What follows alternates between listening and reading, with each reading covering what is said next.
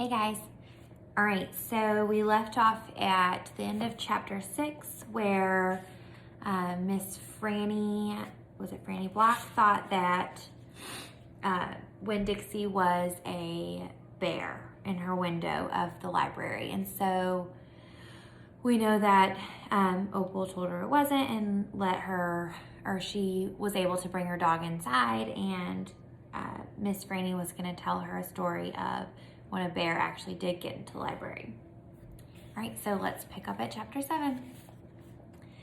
Back when Florida was wild, when it consisted of nothing but palmetto trees and mosquitoes so big that they could fly away with you, Miss Franny Block started in. And I was just a little girl, no bigger than you. My father, Herman W. Block, told me that I could have anything I wanted for my birthday, anything at all. Miss Franny looked around the library. She leaned in close to me. I don't want to appear prideful, she said, but my daddy was a very rich man. A very rich man. She nodded and then leaned back and said, and I was a little girl who loved to read, so I told him. I said, Daddy, I would most certainly love to have a library for my birthday.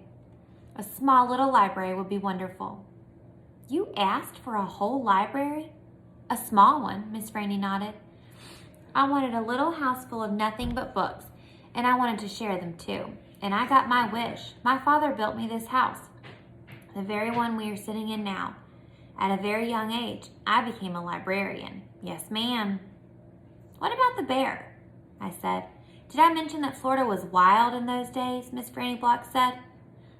You did. It was wild. There were wild men and wild women and wild animals. Like bears? Yes, ma'am, that's right. Now, I have to tell you, I was a little Miss Know-It-All. I was a little Miss Smarty Pants with a library full of books. Oh, yes, ma'am, I thought I knew the answers to everything. Well, one hot Thursday, I was sitting in my library with all the doors and windows open and my nose stuck in a book when a shadow crossed the desk. And without even looking up, yes, ma'am, without even looking up, I said, is there a book I can help you find? Well, there was no answer.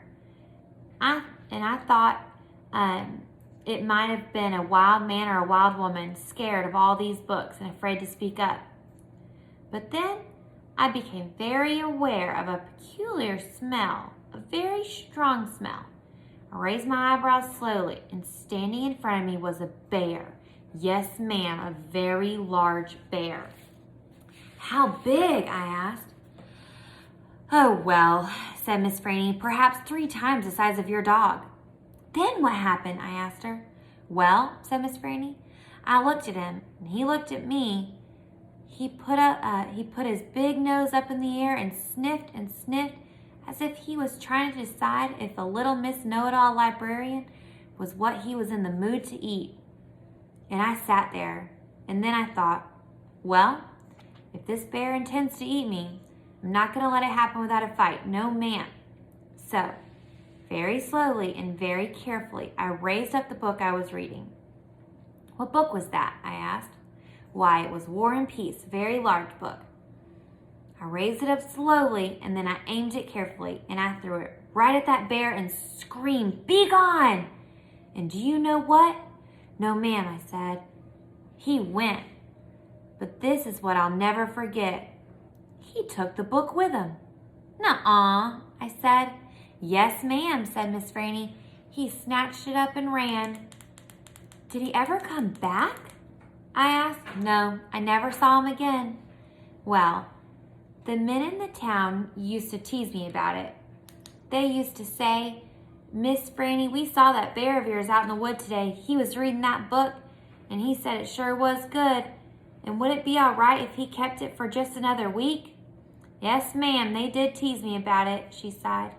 I imagine I'm the only one left from those days. I imagine I'm the only one that even recalls that bear. All my friends, everyone I knew when I was young, they're all dead and gone.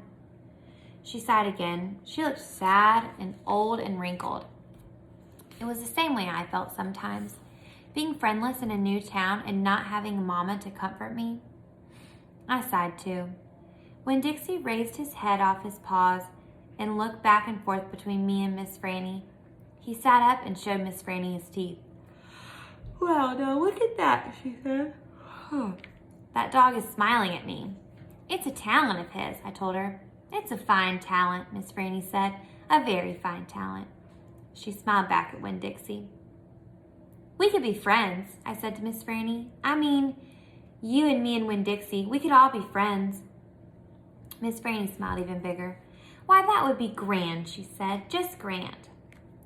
And right at that minute, right when the three of us had decided to be friends, who should come marching into the Herman W. Block Memorial Library but that old pinch-faced Amanda Wilkinson. She walked right up to Miss Franny's desk and said, "I just finished Johnny Tremain, and I enjoyed it very much. I would like something even more difficult to read now because I am an advanced reader." "Yes, dear, I know," said Miss Franny. She got up out of her chair. Amanda pretended like I wasn't there. She stared right past me. "Are dogs allowed in the library?" she asked Miss Franny as they walked away. "Certain ones," said Miss Franny. "A select few." And then she turned around and winked at me. I smiled back. I had just made my first friend in Naomi, and nobody was going to mess that up for me. Not even that old pinch-faced Amanda Wilkinson. All right, guys, I'll see you for chapter 8.